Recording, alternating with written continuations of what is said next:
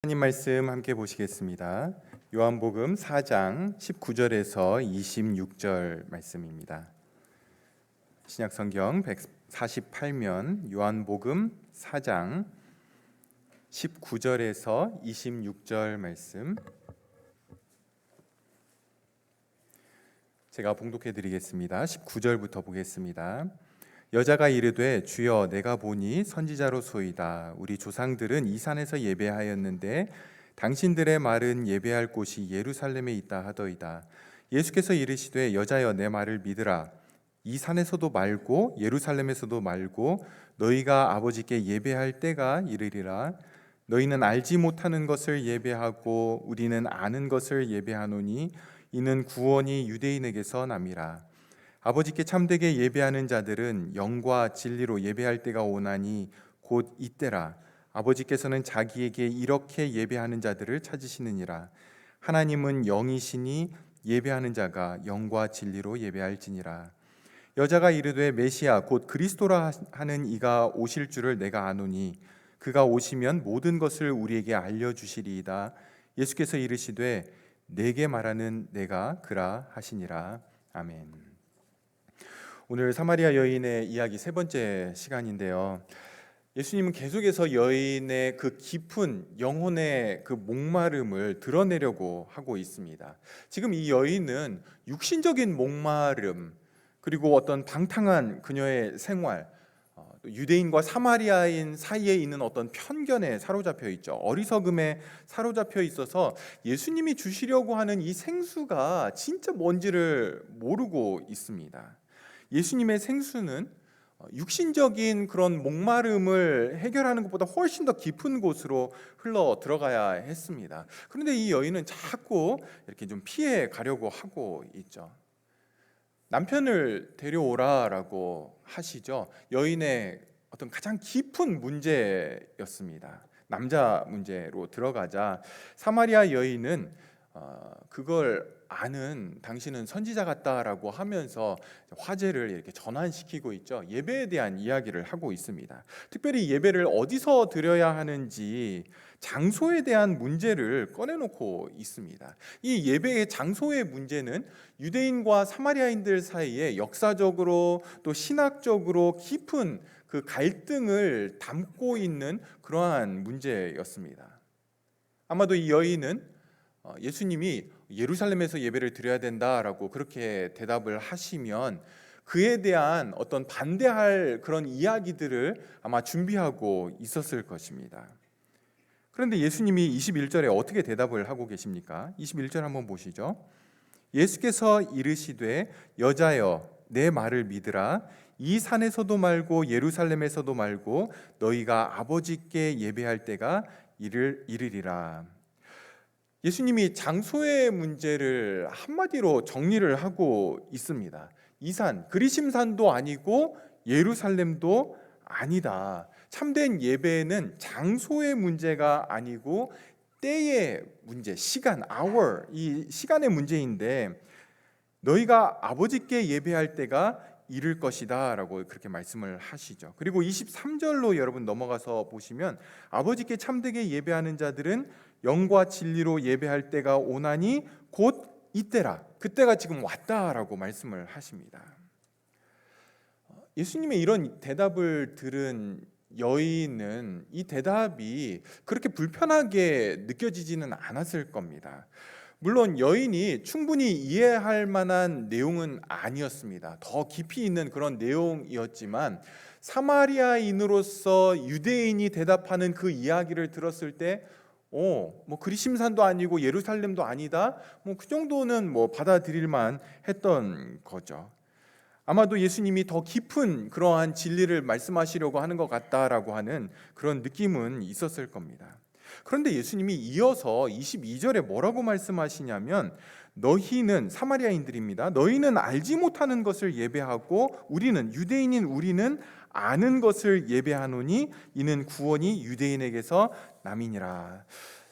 여러분 지금까지 예수님은 사마리아인들에 대해서 굉장히 오픈 마인드였습니다.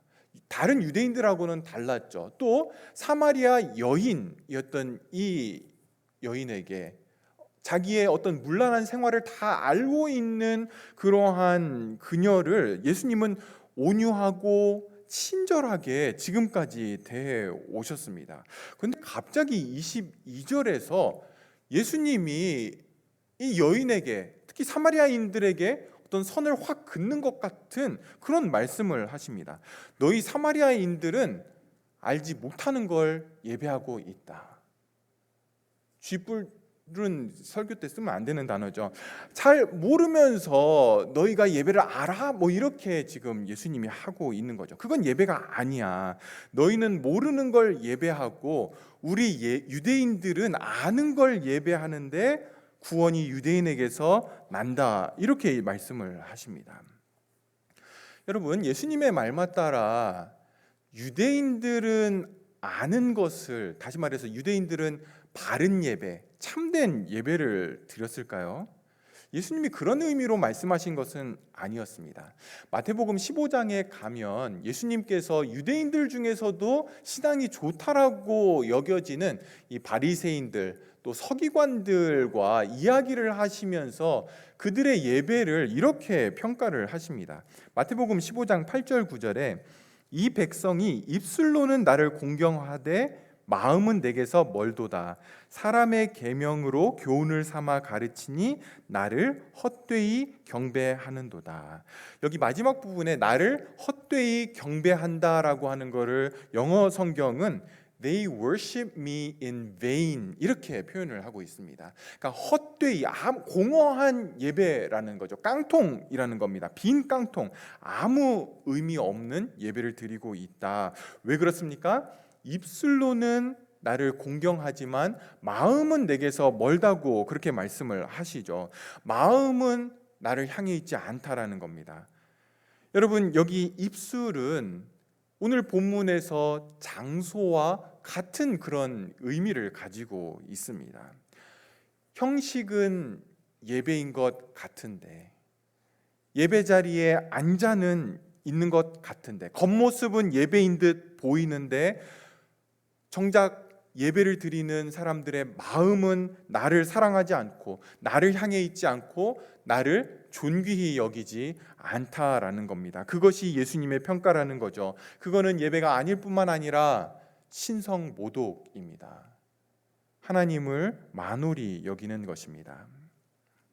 사랑하는 성도 여러분, 우리가 매주일 주일날 모여서 함께 예배를 드리고 있는데요. 여러분들이 예배가 끝나고 집으로 돌아가실 때에 오늘 예배를 드렸다라고 여기게끔 만드는 것은 무엇입니까? 제1장로교회 이 예배당에 10시 50분에 일찍 와서 앉아 있었다라는 것, 그것입니까? 처음 시작부터 축도 때까지 이 자리에 앉아 있는 것으로 예배가 하나님께 드려진 것입니까? 아니면 아이들과 함께 가족들이 같이 와서 이 자리에 앉아서 예배를 드리는 것, 그것이 여러분의 마음을 집으로 돌아가실 때 뿌듯하게 만드시나요?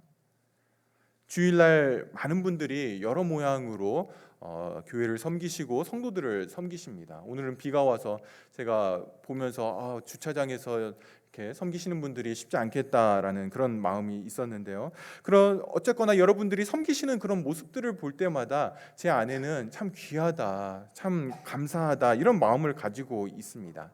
그런데 여러분이 교회와 성도들을 섬기시는 것이 여러분들로 하여금 주일날 집으로 돌아갈 때에 나 오늘 주일 잘 보냈어 라고 하는 그런 마음을 갖게 하고 있습니까?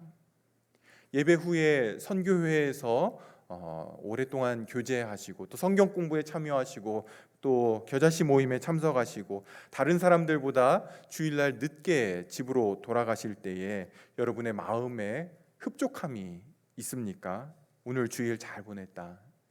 근데 여러분, 이런 것들은 예배에 있어서 장소와 입술과 같은 것들입니다. 예배의 핵심이 아니라는 거죠. 예수님이 우리는 아는 것을 예배한다라고 할 때에 유대인들이 참된 예배를 드렸다라고 하는 그런 의미가 아니었습니다. 이 말의 의미는 그 뒤에 나오는 부분과 연결을 해야 되는데요. 이는 구원이 유대인에게서 남이라. 이는 이유를 설명하는 거죠. 왜 예수님이 유대인들은 아는 것을 예배한다라고 이야기하는가? 그것은 구원이 유대인에게서 나기 때문이다라고 그렇게 설명을 하시는 겁니다. 여러분, 우리가 이 부분에서 예수님이 지금 두 가지를 말씀을 하고 있는 것을 볼 수 있습니다. 하나는 주님이 사마리아 여인과 대화를 하시면서 드디어 사마리아 여인의 진짜 목마름이 무엇인지를 직접적으로 말씀을 하고 있습니다. 이 여인에게 필요했던 것, 그것은 구원이었습니다. 거듭남이 필요했던 것이죠. 그것이 이 여인의 진짜 목마름의 근본적인 원인이었습니다. 구원이 필요한 존재였고 아직 구원을 받지 못한 상태였던 겁니다. 여러분, 구원이라고 하는 이 단어는 어떤 어려움이나 문제로부터 이렇게 건짐을 받는다라고 하는 그런 의미를 가지고 있죠. 이 여인을 비롯해서 모든 인류가 가지고 있는 그 문제는 무엇입니까? 죄죠. 죄의 문제.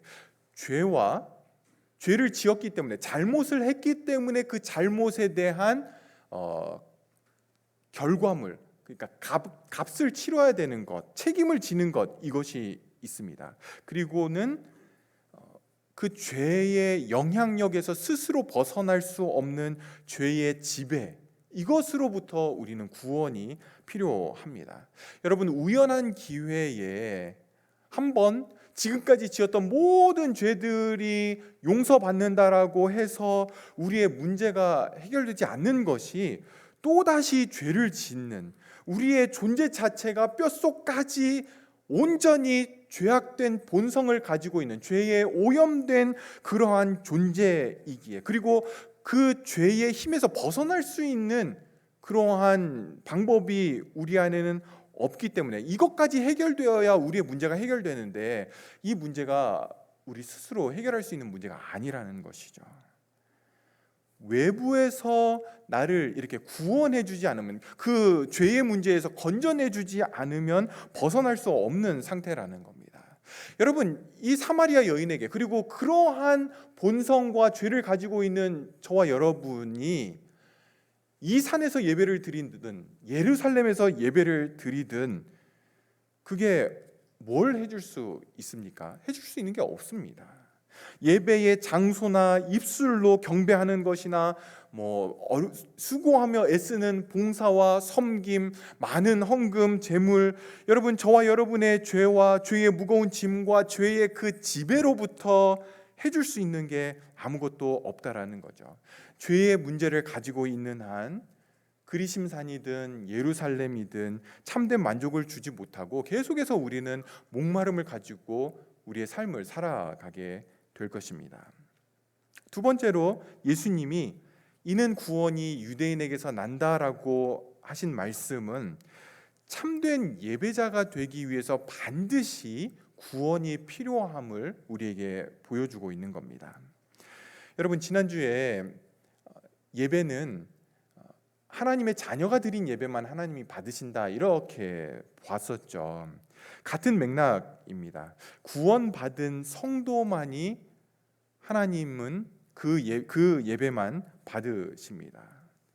이는 구원이 유대인에게서 난다라고 하는 것, 이것의 표면적인, 이 구절의 표면적인 의미는 구원자가 유대인의 족속 가운데서, 특별히 다윗의 혈통을 따라서 나게 될 것을 말씀하고 있는 것입니다. 그리고 이 구원은 다른 어느 것도 아닌 바로 예수님 자신이었던 거죠. 그래서 구원이 유대인에게서 난다라고 하는 것은 메시아가, 구원자가, 그리고 예수 그리스도가 유대인에게서, 다윗의 혈통으로 난다라는 의미입니다. 여러분, 예수님이 왜 자기 자신을 비의인화해서 이렇게 구원이라고 부르고 있습니까? 예수님은 처음부터 의도를 가지고 여인에게 접근을 했습니다. 사마리아 땅도 일부러 가셨죠. 그리고 이 여인을 만나서 그녀가 죄인이라고 하는 것, 그 영혼에 깊은 목마름이 있다라는 것을 알려주시기 위해서, 그 목마름은 죄의 문제임을 알려주시기 위해서 지금까지 이야기를, 그리고 이 여인과 함께 여기까지 오게 된 것입니다. 구원이 필요한 존재임을 알려주시려고 했던 거죠. 구원이 뭡니까?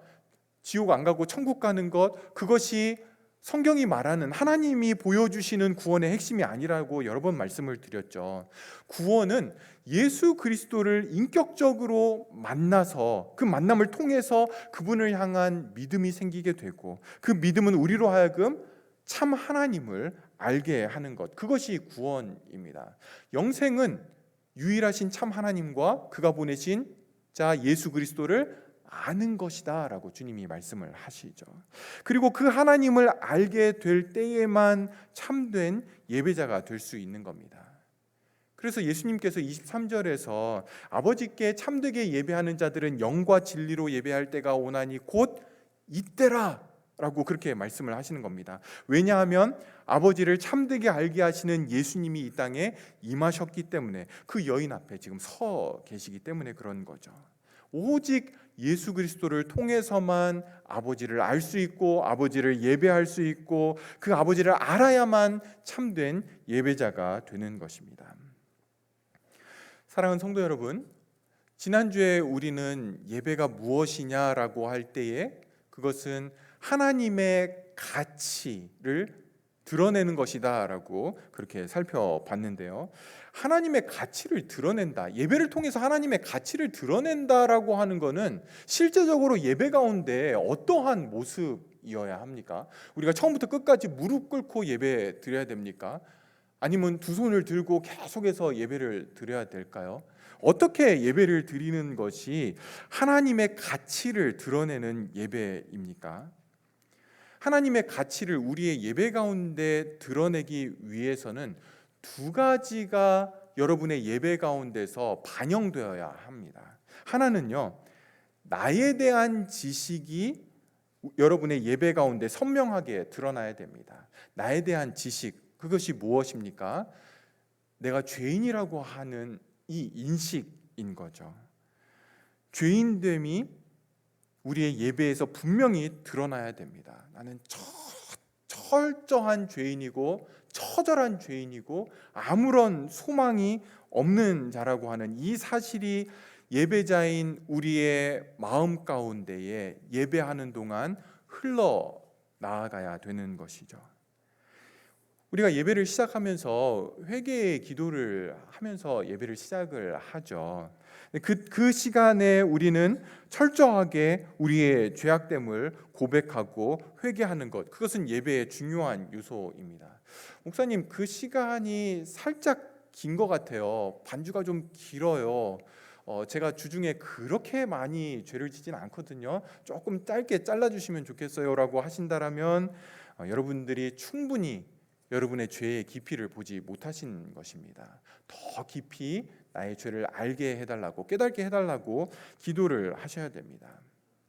그런데 여러분, 예배 시간에, 그 회개의 시간에만 나의 죄악됨을 인지하고 기억하는 것이 아니라 내가 죄인이라는 사실이 예배의 처음부터 끝까지 계속해서 흐르고 있어야 됩니다. 우리가 사도신경으로 신앙을 고백할 때도 내가 죄인이라고 하는 관점에서 그 신앙 고백을 해야 됩니다. 교동문을 읽을 때에도 죄인인 나를 향한 그 하나님의 말씀이 무엇인지, 찬양을 할 때도, 설교를 들을 때도, 설교를 할 때도, 축도할 때까지, 축도를 받을 때까지 내가 죄인이라고 하는 것이 선명하게 우리의 마음 가운데서 드러나는 예배가 되어야 된다라는 겁니다. 내가 죄인이라고 하는 사실이 여러분의 예배의 성격을 결정지어야 됩니다. 여러분의 예배가 반드시 반영해야 되는 두 번째 또 하나의 것은요, 하나님과 그의 아들 예수 그리스도에 대한 지식입니다. 나에 대한 바른 지식은 언제나 우리의 마음을 하나님께로 향하게 할 수밖에는 없습니다. 내가 죄인이라는 것을 알게 될 때에 그리고 그것을 내가 해결할 수 없다라는 것을 알게 될 때에 우리의 마음이 향할 곳은 하나님 한 분밖에는 없죠. 예수 그리스도 그분에게만 향할 수밖에는 없습니다. 그리고 그 하나님을 알기 위해서는 언제나 예수 그리스도를 통해야 하는 거죠. 예수님께서 내가 곧 길이요 진리요 생명이니 나로 말미암지 않고는 아버지께로 올 자가 없다, 이렇게 말씀을 하시죠. 또 우리가 요한복음 3장에서도 봤죠. 요한복음 3장 33절에 그의 증언을 받는 자는, 그 예수님의 증언이죠, 예수님의 증언을 받는 자는 하나님이 참되시다는 것을 인쳤느니라. 사랑하는 성도 여러분, 사마리아 여인이 예배에 대해서 장소를 중요하게 생각했다라면 주님은 예배에 있어서 장소가 중요한 게 아니라 이 예배가 누구에게 드려지는가, 그리고 어떻게 그분에게 나아갈 수 있는가가 중요하다라고 말씀을 하고 있는 겁니다. Not where, but who and how is the key importance of worship. 주님이 그걸 말씀하시는 거죠. 장소가 아니라 누구에게 예배를 드리고 어떻게 그분에게 나아갈 수 있는지를 알아야 된다라는 겁니다. 요한복음 2장을 보시면 예수님께서 예루살렘 성전 앞을 지나가시는데 그 앞에서 장사하는 사람들을 보게 됩니다. 예수님이 분노가 막 불같이 일어나죠. 직접 채찍을 만드셨습니다. 그리고는 채찍으로 장사하는 사람들을 다 내쫓으시고 또 성전 앞에서 돈 바꾸는 사람들의 상을 다 엎으시는 그런 난리를 이렇게 주님이 치시게 됩니다. 그걸 많은 유대인들이 지켜봤죠. 그리고는 몇몇 유대인들이 예수님에게 와서 당신이 이렇게 성전 앞에서 이렇게 난리를 칠 수 있는 권한을 누가 준 것이냐, 당신이 방금 막 그렇게 난리치면서 내 아버지 집은 만민이 기도하는 집이다 이렇게 말씀을 하셨는데 당신이 하나님의 아들이라고 하는 증거, 기적, 표적을 한번 보여봐라, 이렇게 이야기를 하죠. 그러자 예수님께서 19절에서 이렇게 대답을 하십니다.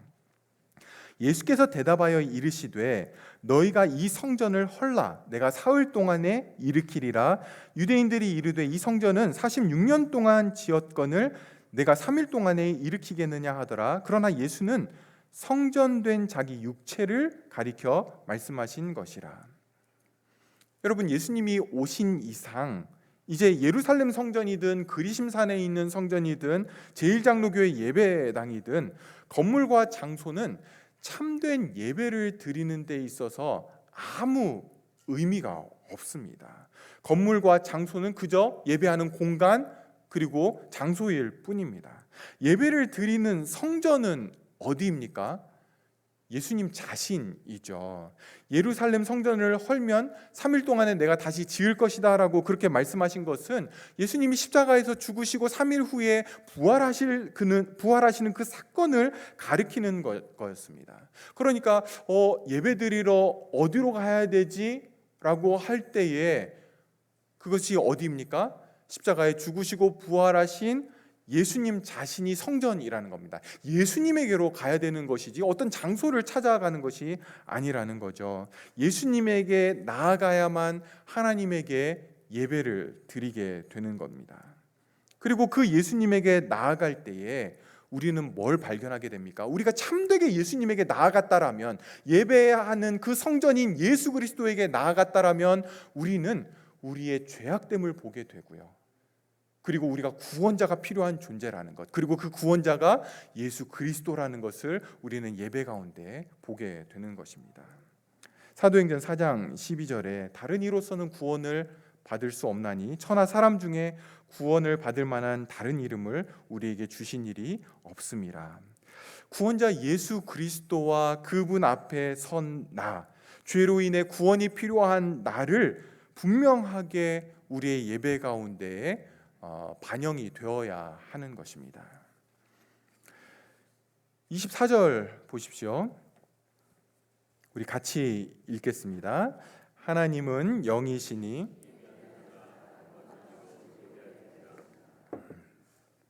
제가 2년 전에 예배에 대해서 6개월에 걸쳐서 설교를 했었는데요. 그때 이 본문을 4주 동안 이렇게 자세하게 살펴본 적이 있습니다.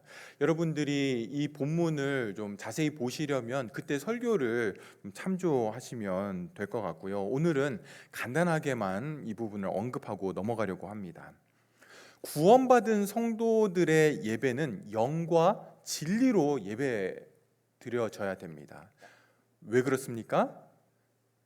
왜 영과 진리로 예배 드려야 되죠? 하나님이 영이시기 때문에 그렇습니다. 하나님이 영이시다라고 하는 것 무슨 의미입니까? 하나님의 존재하는 방식이 물리적이거나 물질적이거나 육신적이지 않다라는 겁니다. 다시 말해서 사람과는 다르다라는 거죠. 하나님은 사람처럼 존재하시지 않습니다. 그래서 사람이 좋게 여기는 방식으로 예배하는 것, 그렇게 하나님을 예배해서는 안 되고 하나님이 정하신 방법으로만 예배를 드려야 되는데, 그게 뭐냐면 영과 진리로 예배를 드리는 것입니다. 하나님은 영과 진리로 드린 예배만 받으신다라는 거죠. 이때 영은 크게 두 가지로 볼 수 있는데요. 성령이라고 해석을 할 수도 있고요, 사람의 영이라고 해석을 할 수도 있습니다. 둘 다 성경적으로 문제가 되지 않고 성경적으로 다 서포트를 받는 해석입니다.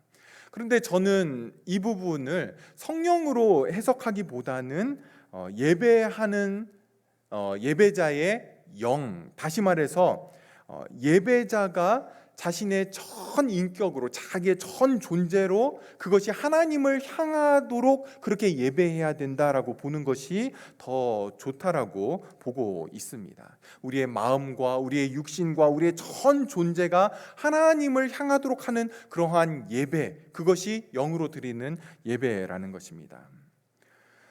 여러분, 예배는 종교 의식에 참여하는 것이 절대로 아닙니다. 기독교 예배는요, 나를 드리는 것입니다. 예배는 나를 드리는 것이죠.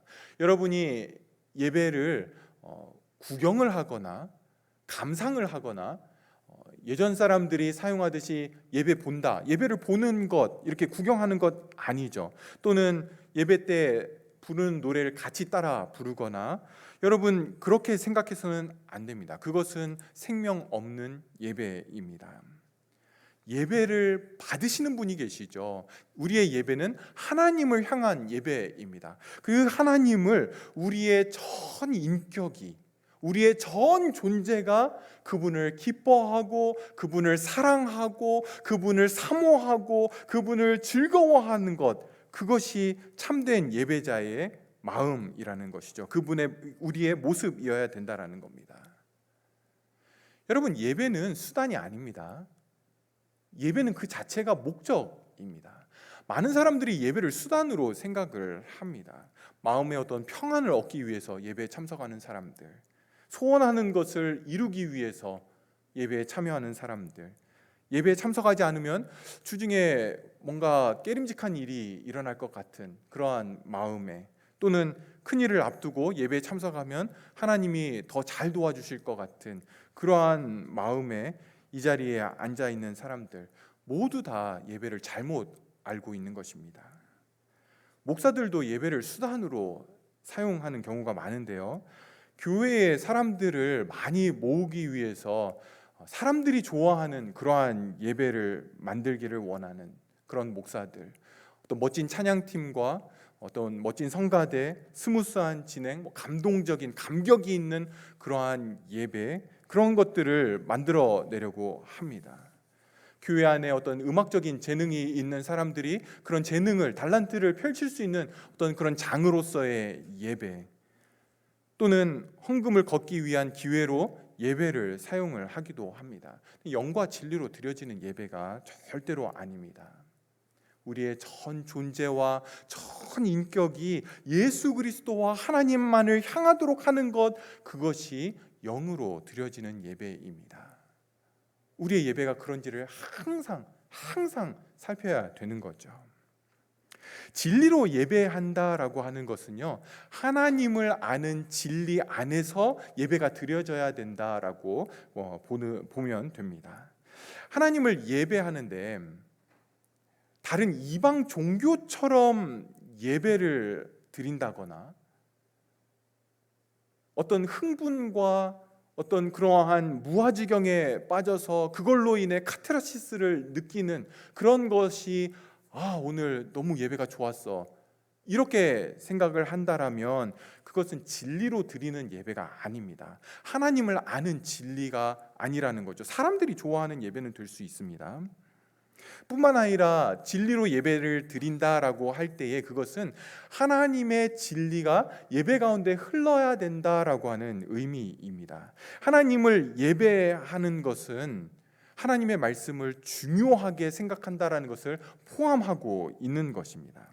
여러분, 구약 성경에 이스라엘 백성들이 이렇게 모일 때에 하나님이 그들에게 나타나시는데요, 그때마다 어떤 일이 일어나게 됩니까? 하나님께서 이스라엘 백성들에게 말씀을 주시죠. 이스라엘 백성들이 모였고 하나님과 만났는데 하나님이 침묵만 하시더라, 또는 하나님이 미소만 짓고 계시더라, 이러한 성경은 없죠. 언제나 그분의 백성들을 하나님께서 만나실 때는 언제나 하나님의 말씀을 주십니다. 하나님의 진리를, 그리고 하나님께서 그 가르침을 주시는 거죠. 여러분, 이것이 하나님의 중요한 특성이고 그리고 예배의 중요한 성격이라고 할 수 있습니다. 영과 진리로 예배하는 것, 이것은 우리의 예배에 있어서 절대로 빠지면 안 되는 필수적인 요소이고요, 하나님은 이렇게 예배하는 자들을 찾으신다라고 말씀을 합니다. 여기서 한 가지 더 같이 좀 보고 싶은 것은요, 하나님은 영이시니 예배하는 자가 영과 진리로 예배할지니라 라고 할 때에 찐이라, 이 부분입니다. 우리말 성경은 예배한다라고 하는 동사 뒤에 붙여서 예배할지니라 이렇게 넘어가고 있는데요, 사실 원문에서는 이 찐이라, 진이라, 어떻게 발음해야 되나요?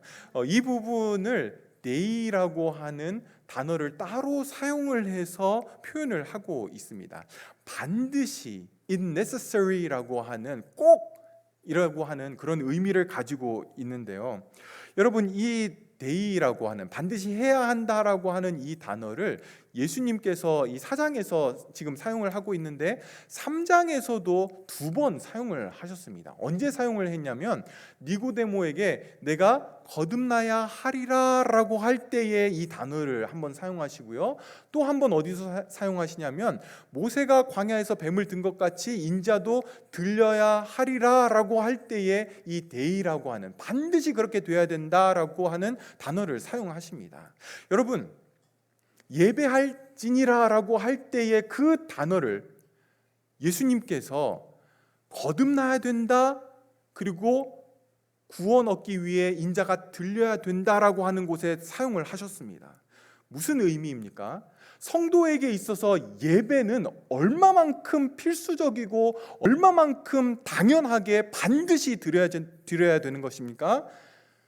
구원 얻기 위해서 거듭나야 되는 것처럼, 반드시 거듭나야 되는 것처럼, 구원 얻기 위해서, 거듭나기 위해서는 예수 그리스도가 십자가에 달려 죽으셔야 되는 것처럼, 그만큼의 정도로 성도에게 예배는 반드시 필수적인 거다라는 것을 지금 말씀을 하고 있는 겁니다. 성도에게 있어서 예배는 선택사항이 절대로 아닙니다. 전에도 말씀드렸는데요, 여러분, 휴가 주일날 껴서 가도 됩니까? 안 됩니까? 돼요. 왜 이렇게 표정이 굳어지시죠? 지난주에 휴가 갔다 오신 분들 마음 놓으세요. 근데 여러분, 휴가를 주일 껴서 가실 때에 여러분들에게 꼭 부탁을 드립니다. 그 휴가지에 가서 예배 드릴 곳을 찾아서 준비해서 주일에는 꼭 예배를 드리셔야 됩니다. 혹 여러분들의 휴가지가 예배를 드릴 수 없는, 교회로 모여서 예배를 드릴 수 없는 곳이라면 여러분이 가족과 함께, 여러분이 스스로라도 어떻게 예배를 드릴 수 있을지를 꼭 준비하셔서 그렇게 휴가를 떠나셔야 됩니다. 휴가 때는 예배도 휴가 하시면 안 됩니다. 예배는 필수적이지 선택사항이 아닙니다. 물론 오늘 본문에서의 예배는 주일 예배만 말하는 것이 아닙니다. 삶으로 드리는 예배, 매 순간을 하나님의 가치를 드러내는 것으로 예배하는 삶이 되게 하는 것, 그거를 포함을 하고 있죠. 그런데 그러한 우리의 삶이 예배가 되는 것이 눈으로 보이게끔 하는 게 뭐냐면, 우리가 한 시간과 한 장소를 정해서 공동체가 같이 모여 한 마음으로 하나님을 예배하는 이 주일 예배, 그리고 우리가 공예배로 모이는 그 시간들이 바로 그 예배입니다. 그만큼 하나님은 이 예배를 중요하게 생각을 하시죠. 심지어 하나님은 이렇게 예배하는 자들을 찾으신다라고 그렇게 그분의 마음을 보여주고 있습니다. 찾으신다라는 거죠. 일부러 그런 사람들이 있는지 없는지를 찾으신다라는 겁니다. 성도 여러분, 하나님이 영과 진리로 이렇게 예배하는 자들을 찾으신다라고 하는 이 말씀은요, 저와 여러분이 참된 예배자가 되고픈, 그리고 그 자리에 서려고 할 때에 얼마나 격려가 되고 힘이 되는지 모릅니다. 하나님이 뭐가 부족하셔서 우리의 예배를 찾으십니까? 그런 예배자를 찾으십니까? 하나님 부족한 것 아무것도 없습니다. 하나님은 우리의 예배 하나도 필요하지 않습니다. 그럼에도 불구하고 오늘 본문을 통해서, 예수님을 통해서 하나님이 그런 예배자를 찾으신다라고 하실 때에 그것은 무엇입니까? 저와 여러분이 하나님은 하나도 필요하지 않지만 그렇게 예배드리는 자들을 보실 때 하나님이 기뻐 그 예배를 받으시고, 그 예배 가운데 임하시고, 그 예배 가운데 그 예배자들을 만나주시고, 그 예배자들과 친밀한 교제를 나눠주시는 그러한 은혜를 하나님이 베푸시기를 기뻐하시는 분이라는 것을 우리에게 보여주는 것이죠. 오늘 본문에 의하면 하나님께서 예수 그리스도를 보내신 결정적인 이유가 무엇입니까? 저와 여러분이 참된 예배자로 하나님 앞에 서게 하기 위해서 예수님을 보내신 겁니다. 그렇게 예배자로 서게 하기 위해서 예수 그리스도를 십자가에 달려 죽게 하신 겁니다. 이 예배자 되는 것을 놓치면 안 되는 거죠. 성도의 예배를 하나님은 그만큼 중요하게 보고 있는 것입니다. 이제 말씀을 정리하겠습니다. 여러분 25절, 26절 보시죠. 우리 같이 25절, 26절 읽겠습니다. 여자가 이르되 메시아 곧 그리스도라 하는 이가 오실 줄을 내가 아노니